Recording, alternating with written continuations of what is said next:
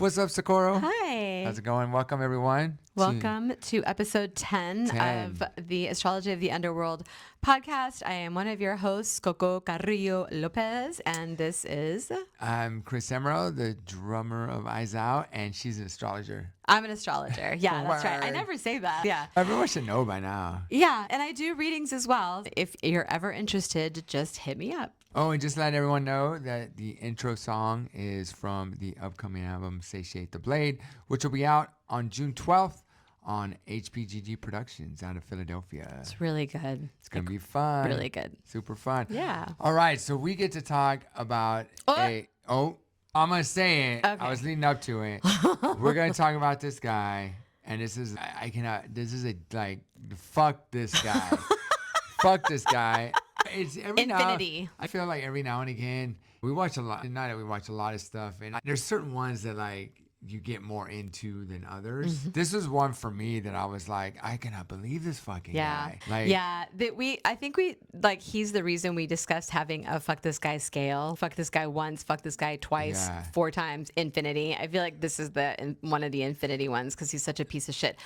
Ironically and oddly, he didn't kill anybody. He was just a dick. And so we're doing John Meehan. Yes, John Meehan, a.k.a. Dirty John. Dirty John. He was a nurse, anesthetist, con artist, serial abuser, predator. Yeah, he was a drug addict. He was just everything. But he grew up in that lifestyle, and we'll get into that with his dad and stuff. But he just left a trail of destroying women across multiple states. Basically, the show Dirty John, it does go into his background, but it's mostly on the relationship he had with Deborah Newell. Is that how you say Newell? Deborah Newell. Newell. That he met on a dating site, or they met on a dating site. And it's just like everything happened quick. They got me months.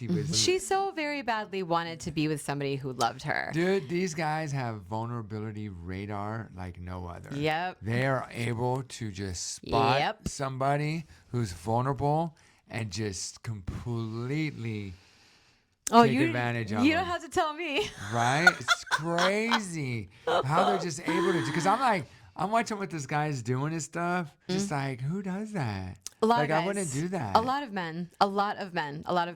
You're an anomaly, honey. It's so weird. He literally just wanted to take advantage of Deborah Newell because she was an independent woman and very wealthy. And she had a home in Malibu, I think. Really expensive. She's like an interior designer or something. Yeah. Very successful. All kinds of stuff happened that we'll get into. But basically what ended up happening is he was waiting for Deborah Newell's daughter at her house. Deborah Newell's daughter, Tara Newell, in the parking lot with a kidnap kit and a knife.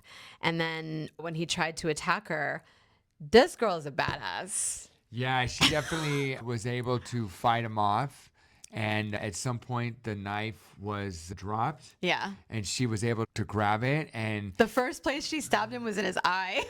Yeah. She just started stabbing him everywhere. Well, she had...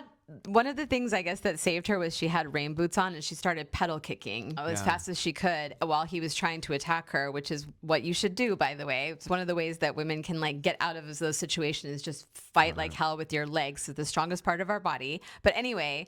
I think the last stab she did was in the eye because she got that. She got that from like The Walking Dead. Knowing you have to kill a zombie, you have to get him put in a the knife eye. in his brain, or just somehow you got to connect to his brain. A lot of times they hit the eye. Yeah, they asked her like, what did you do that? And she was like, oh, Walking Dead, zombie apocalypse. Right, zombie apocalypse.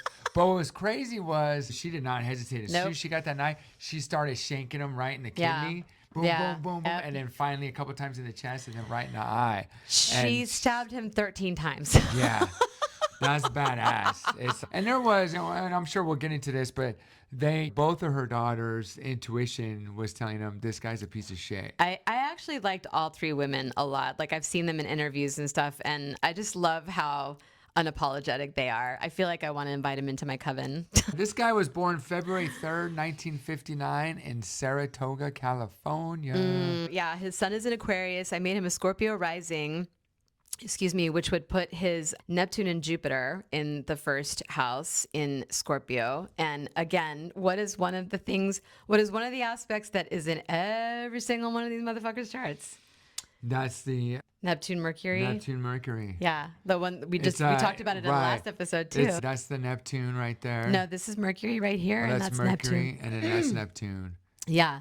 And it's making a square. Neptune is making a square to his Mercury and a trine to his Venus, or Venus is making a trine to Neptune. And so there's a lot of like confusion around like how he actually feels about women. Also, that square allows him to spin the lies. If he is a Scorpio rising, that would put his sun in the 4th house, which is in a loose conjunction with Chiron, which made sense to me because his dad was like really abusive. His dad was a dick. Let me talk about his dad. Okay. So he was born into what they always, the perfect American family, which what the fuck does that even mean? It's so dumb. Colonizers. Yeah. That's like a white thing. Yeah. The perfect American family. It is a white thing. Yeah, it's so stupid. Anyways, so the father, William Meehan, he ran the Diamond Will Casino in San Jose. And from the beginning, he was surrounded, John was, as a child, was surrounded around crime, deceit, and just all these illegal activities of bogus lawsuits, insurance scams. Yeah. So speaking of insurance scams, that's one of the reasons why I put him as a Scorpio rising, because then that would put his sun Chiron conjunction in the 4th house, which has to do with the father. And it is opposing his Uranus in Leo. So his dad used to make him walk or go in front of cars and get hit by cars. And one time he broke his leg doing it. And like his dad was like proud of him for it. And one time he had him put glass in his taco. Oh yeah. And then eat it and he cut his mouth. Another lawsuit. Yes. Crazy. So that makes sense to me that there's a lot of, I'll get into that later, but I was just going to say he's got this. Whenever I look at charts, there's 1,000 things pulling my attention. So I apologize. Let me back up here. That's why his sun Chiron conjunction in the 4th house, which has to do with dad, directly opposing Uranus, which is chaos and shocking surprises.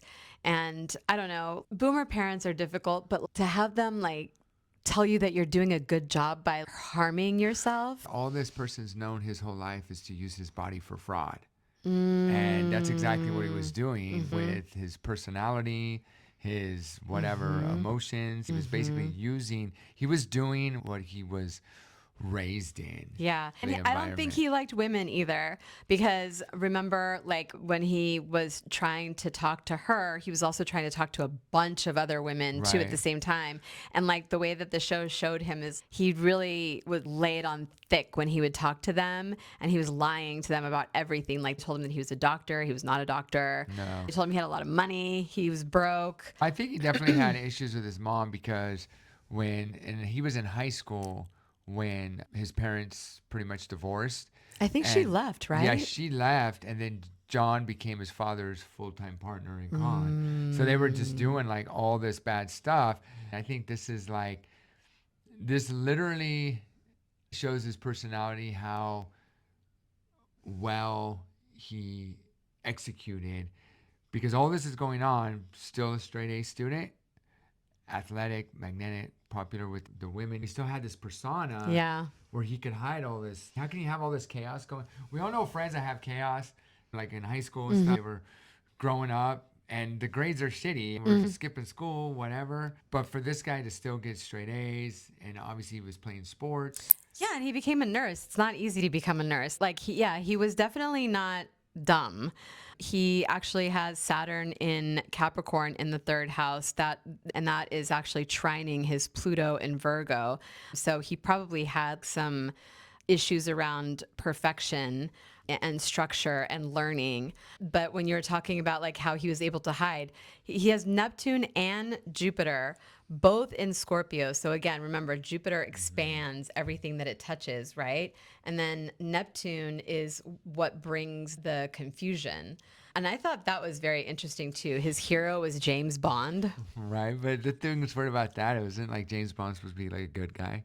I think he wanted to see himself that way too. But again, see how he has Jupiter right there in Scorpio, and it is directly opposing his Mars in Taurus. Mars is, again, heat, drive, but it's also anger and fighting and frustration. And he was like, he just seemed so angry. And then another And thing with the too, Taurus, though, isn't that like the bull? yes, stubborn, which Yeah. that was very much him as well. But another thing that I noticed too is that when you were talking about his mom and how she left, so he has Chiron and his son in the fourth house. That's dad. The moon is his mom in the second house, but it's also making a sextile to Chiron. So it's like both of his parents like hurt him, or he felt hurt or harmed by both of his parents. And I don't think that he wanted to be a bad guy. I think he wanted to see himself as a good guy, but there was something about his personality. But also Neptune as well in the first house. He had serious problems with drugs.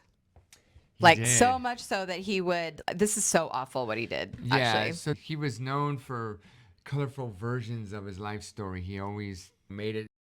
He was a doctor, which he wasn't. He volunteered with Doctors Without Borders, and he's saying all these heroic things that happened. Deborah, she got like digmatized or something because all these things that he was saying, I she's think just she like, really wanted someone to love her. And like he treated her like, okay, she was always taking care of everybody else. She was taking care of her nephew, who, by the way, really odd, but not at the same time. Her sister was actually killed by her sister's husband. yeah, And then- murder-suicide. Yes, but no, he ended up not killing himself, remember? Oh, shit, that's right. Yeah, because the mother went and saw him in prison and forgave him. He was and then actually he got out. out. They didn't press charges, so he actually got out. But anyway, that's another story. But it just shows like society, patriarchy, and women being in danger, and how much danger we've always been in. Two sisters in one family, both of them having Right. this kind of issue. But anyway, so she would take care of everybody in her family. She was taking care of her daughters. She was paying for everything. And I think she wanted someone to take care of her. And he would like bring her smoothies every morning, different flavored smoothies every morning. He just love bombed her with flowers and stuff. And it was always like just like telling her how much he loved her. And then he would do this divide and conquer thing where he would try to get her to not be okay with her daughters, or to get her daughters not be okay with her or whatever. But I don't know. Deborah Newell is pretty smart. She's like very like coy. Yeah, it was very interesting how, I don't know, I had a little frustration with her when she kept on taking him back after she had found, but maybe that was part of her plan, right? No, maybe in the end, but I took guys back over and over again after they did some really horrific shit to me, because I feel like it does a number to your confidence and your Right. level of. And I'm not like blaming. It was just frustrating to watch because I get it. Yeah. Yeah, why they're doing it. It's just so frustrating that they're like, dude, your daughters are like.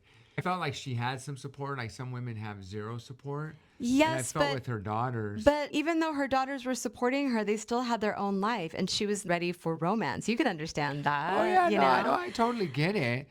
But it's like I always have a hard time where after you find out, like, this person's a piece of shit, and there's different situations, right? There's situations where fuck, I can't pay rent, need this guy because I'm gonna live on the street. That was definitely not her. She was a very successful woman. She had two daughters that, they had their own life, but she was extremely close to them. Yeah, but even after everything happened, she's still in her interviews would be talking about all of these good times that they had. And so it sounds to me like she didn't have anything like that in her life until that point. And she loved it so much that it was hard for her to be able to I know. I know. That's But what I'm saying. It's also, frustrating. why do guys have to be such fucking dicks? Like, Oh, I agree 100%. That's the main thing we should be asking. But anyway, Yeah. except for you, honey. Thank you. Appreciate that. So anyways, yeah, and there was he was always known to sweep women off their feet with his charm. By and the so way, he was not that good looking at all. I saw a picture of him and I was like, ugh, gross. Yeah. He looks like a bratty little entitled fucking on. Well, white you know boy. what? They're all kind of strange. Yeah, no, it's absolutely true. So one former classmate and roommate described him as rotten top to bottom. See, I find this interesting, and I just had an epiphany here, is that I think a lot of times guys, when they know other guys like this, because that guy that said that you had the women saying, oh, it's good luck, charming, athletic, swept women off their feet. And then the guys who lived with him were like, dude, this guy's a piece of shit. And guys know. Yeah, but like even if other guys were calling him a piece of shit, then he was like a real Right, piece he of was a real shit. piece of shit. You know He what I'm wore saying? scrubs everywhere after his nursing license was revoked, and it like I think that gave him some legitimacy. All the pictures that you see, he's wearing these scrubs. Dude, and you know what? And it's so true. 'Cause, dude, seriously, I don't know how many times you walk somewhere and oh, you got to get out of the way because they I got a life to know. save or That's something. why I feel like uniforms are dumb because it's symbolic. It's like elites putting this like symbol out there so that all of us are like our eyes are swirling and we're like, oh, scrubs, you must be smart and nice and you must want to take Right. care of me. Oh, you're an abuser. Yes, And a con man. tell them what he used to do with people. Oh, so he had a big drug problem. And he was a nurse anesthesiologist. Mm-hmm. And I'm sure probably what happened is the anesthesiologist would put in the orders how we're going to treat this patient, come up with their pain plan in the hospital while they're recovering from surgery. And then he would make sure that it was being administered correctly. So And he if was there in charge of the any- drugs. Yeah, so if there was any issues, then I was mad explaining that. Sorry. It's okay. So anyways, he was basically stealing the drugs and he was putting probably saline instead of, like there's a scene where a patient should be getting fentanyl for pain after surgery. He's taking the fentanyl because she's, dude, you gave me fentanyl, it's not working. And then she's just in Excruciating pain. horrible So he pain. would watch these people suffer knowing that they were suffering and he would be like, I don't know what to tell you. They're not going to give you any more because you've already had enough.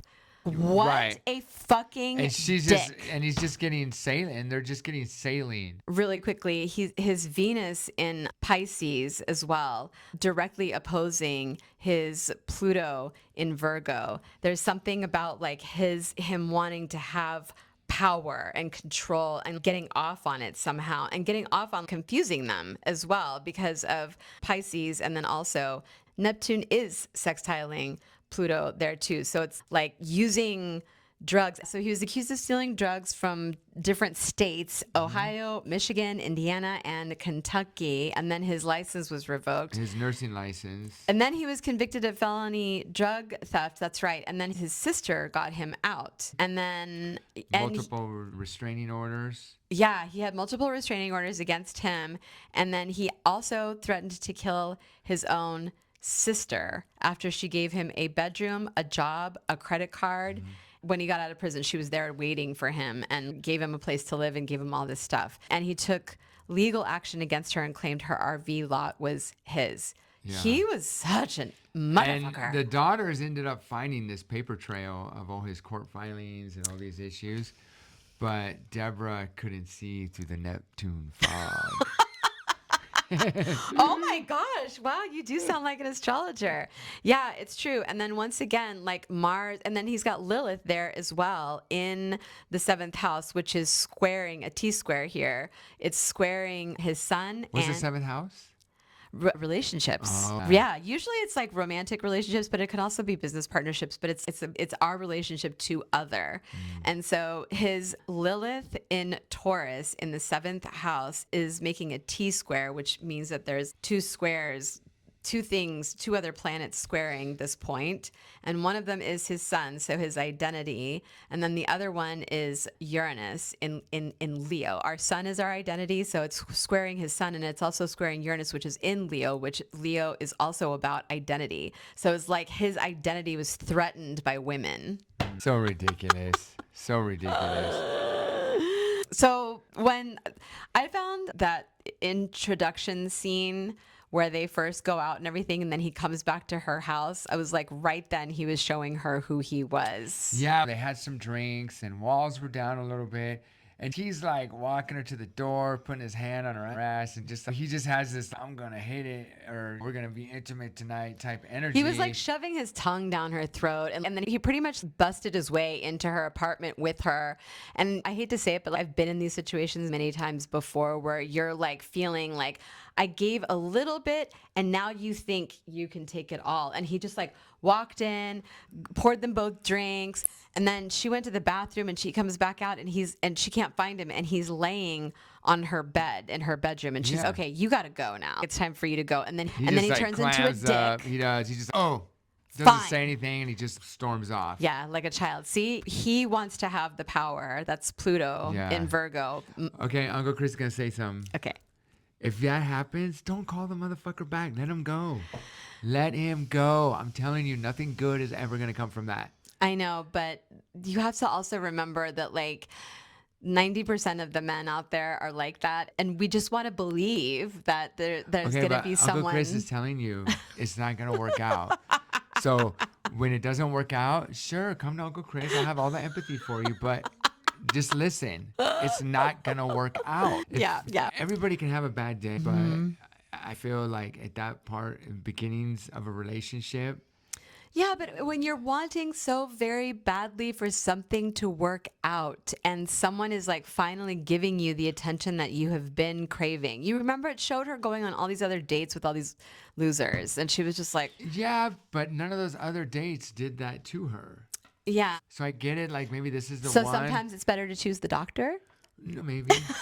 No, but all I'm saying is, yeah, I get it. All those dating things are horrible, but I'm like, if in the very first date he's acting like that, you think it's gonna get fucking better? Yeah, but It's gonna get when worse. you're exhausted and you're dating and you're dating and you're dating and you're dating, and then somebody actually calls you and says, you know what, I acted like a dick. I'm so sorry, because that's what he did. That was part of his MO, the apology. I am so sorry. I want to be my best version of myself with you. Please give me another chance.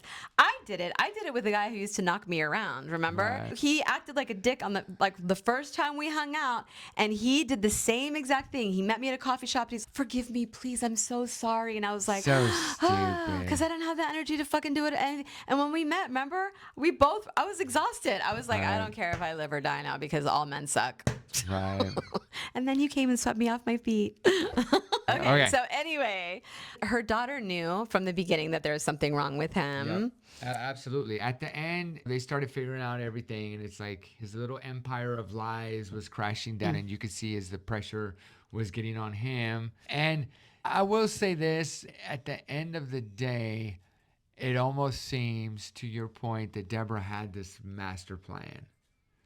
Like at some point, it was almost like she was getting back together with him. Oh. But it's like she was doing that to draw him in, So that she could make sure make sure he wasn't going to harm her daughters anybody else in the future. Yeah, I'm sorry I keep bringing myself, but I could relate so much to her experience with him because it had happened to me so many times before as well, where you're with this guy and then they act crazy and they're taking you on this emotional roller coaster ride and you're just exhausted. And when they're nice, they're really nice, but when they're assholes, they almost kill you. And I think that when the whole thing happened with her daughter and she found out that she stabbed him, I still feel like Deborah knew he was an asshole, but she never thought that it would end up violent like this. Yeah. She was like, yeah, he's a dick. But it's just, she always seemed like every time he took it to the next step, They she was escalate, like, "What?" escalate, and escalate, But and she escalate. was like so shocked at all the escalations. Yeah, I know, but that's the thing. That's what I was trying to say is like when you're in those relationships with them, because like I was just thinking back to some of the situations that happened when I was with the guy that used to knock me around. He broke into my apartment one time when I was sleeping inside. And I remember my friend who also lived above me was like, he's going to kill you one day. If you're not like, seriously, I'm being serious. And I used to think the same thing. He would never do that, but you just never know. And in particular, if you have someone with Jupiter and Scorpio directly opposing the Mars and Taurus, that Jupiter expands everything, right? And Mars is fire, anger, frustration. If you're going to kill someone, it's going to come from Mars. And so it's like his fury against women here was expanded. So he ended up like going to kill and kidnap Tara. Right. And she was the younger daughter. And I think the reason he went for her is because he thought that she was going to be the one that was not going to fight as much as the older daughter would, because the older daughter had no fear. And the younger daughter just seemed a little bit more like subdued and quiet or whatever.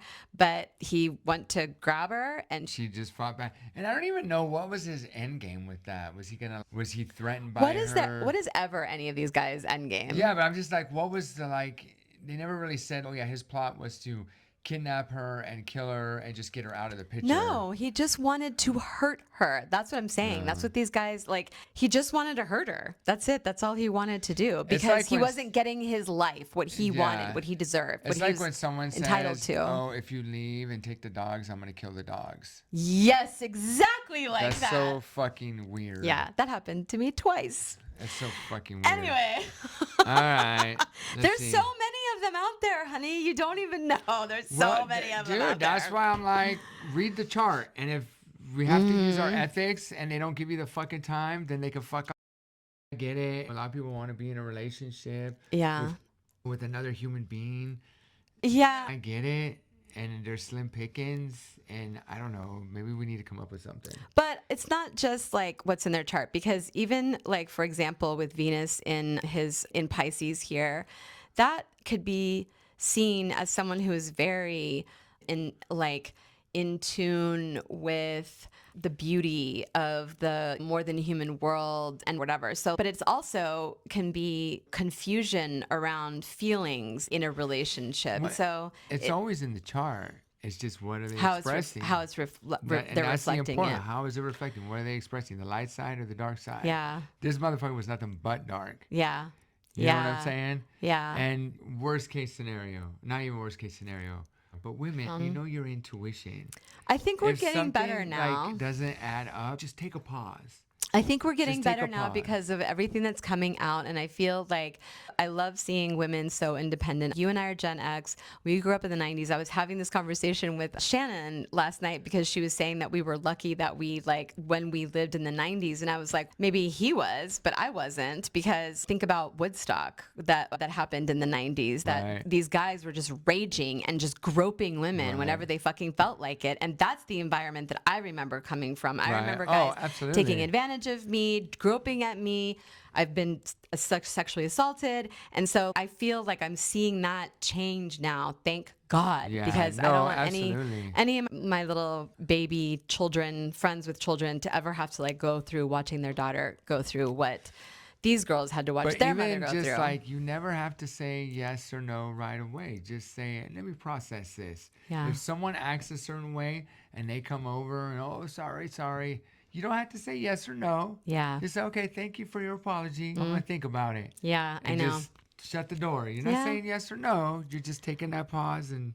Yeah, but we're also coming out of an environment and a time where it felt safer to, remember we talked about this before too, safer to have a shitty boyfriend than it does to be alone. Right. Yeah, but we're not living there anymore, and we don't want to live there anymore. We want everybody to be independent and find true love, or don't if you don't want to. Well, that's the other thing too, is I'm hoping that society is just viewing things different. There's nothing wrong to be an older person and single. Yeah. And not wanting to be in a relationship. And there's lots and lots of people out there who need friends. I think to your point, I think there's so much pressure that I wonder for Deborah, how much was it pressure that she needed to find someone? She had no worth. Exactly. Unless she was with someone that she could share her. That's what I was trying to say earlier, is that she just really wanted, like, even after all of this, she still sounded like she was like still like in love with him, because she was thinking back to all of these fun times that she had, and the smoothies every morning and the kiss. Here's your strawberry smoothie. Here's your banana smoothie. Here's your mango smoothie. Here's your whatever smoothie. And let me take you here and let me do this for you and do that for you. And so she felt like finally someone was taking care of her rather than her having to take care of everybody else. We're glad that he's gone, because fuck this guy. This guy. That was like the happiest ending ever, that a woman, just like a young woman who was viewed as vulnerable, just was like, no, dude, fuck you. You're going down. Yep. No, and it was awesome to see like the two daughters rally for their mom. And even though, I probably come more from the attitude of, you know what? Fine, go get fucking killed. I'm out. Where you wouldn't do that if it was your daughter, though, or if it was someone. No. Yeah, so a family member, you'd be like, I'm not going anywhere. Sorry. Oh, you're right, but I'm just saying, like in this, when it's one thing when you have children, you're always gonna be protective of them. You see them always as young, but when you look at your parents, they're like the ones that raised you. They're supposed to be the wise ones, and when you make stupid decisions, and you're trying to tell them when that reversal happens, who's the kids, who's the parents. I know, but the thing is, though, is that like stupid decisions, like to you, coming from your perspective, like when I look at different sections of time from my mom, me growing up with her, there were a few guys there that I was like, what are you doing? But there's slim pickings. There's like nobody out there really. That's why I always say you're an anomaly because, yeah, if anything ever happens to you, honey, I'll come visit you. Okay. Beyond. With Mama Eva and Mama Severa. That's right. Well, So yeah, Tara, that was the daughter. She trusted her instincts, used her intuition. Yeah, and she didn't freeze. She instantly moved and was in action. Yeah, and the more I think too about this Neptune in Scorpio, it was almost like he couldn't even tell the difference between his lies and the truth. It was almost like he wanted to believe these things about himself. And then when other people wouldn't believe the same things about him, then this would happen. This anger would come out and it would explode because it was so big. And then Jupiter at the anaretic degree, 29 degrees. That's the crisis degree, the ending of something. So this dude was such an asshole. Yeah. But his father taught him that people are instruments. Yeah. His chart recorded the wound, and he spent 57 years making sure every woman he touched felt the weight of it. And then Tara said, "No mas after 57, biatch." Fuck this guy. Mic This drop. guy's such a piece of shit. Wearing his fucking stupid ass scrubs. Yeah. You know what I'm Oh saying? yeah, he was moody too. That's right. I forgot. One of yeah. the things about him too is that he would be like people would walk in. And this I got triggered watching this too. He was sitting there like watching a game, and they're used to having like this festive family environment, and the people were walking in the door, and he would just turn into this grumpy dick. And it was because he didn't want anybody close to her because he wanted to be able to control her. Again, there's that Pluto and Virgo opposing Venus. Yeah, fuck this guy. Yeah, fuck this guy. Infinity. All right. Thanks for watching episode 10. Yes, and we will see you next time. See you at 11. Bye. Bye.